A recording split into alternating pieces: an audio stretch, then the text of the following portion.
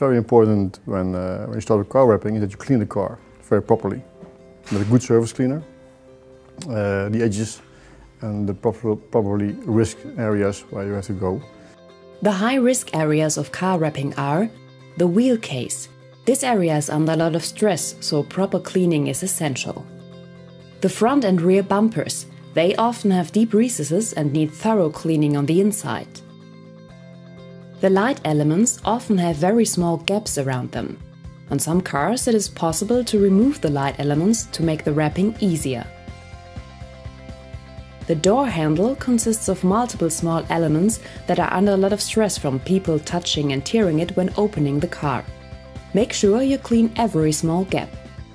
Wrap your squeegee in a cloth and push it into the gaps to get all of the dirt that is inside.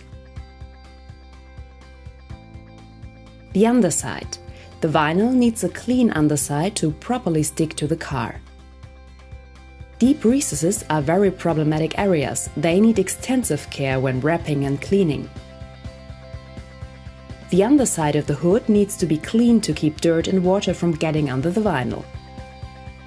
Be sure to remove all possible rubber elements and clean under them.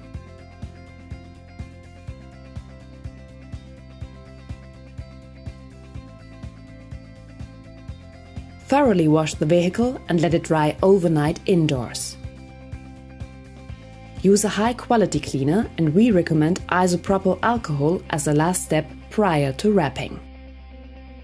Be especially careful on high-risk areas and clean them extra well. Have a tension test pen ready so that you can be 100% sure that the surface is clean from all wax and chemicals prior to installation. If you're having any trouble with vinyl sticking, check the tension and re-clean the surface as needed.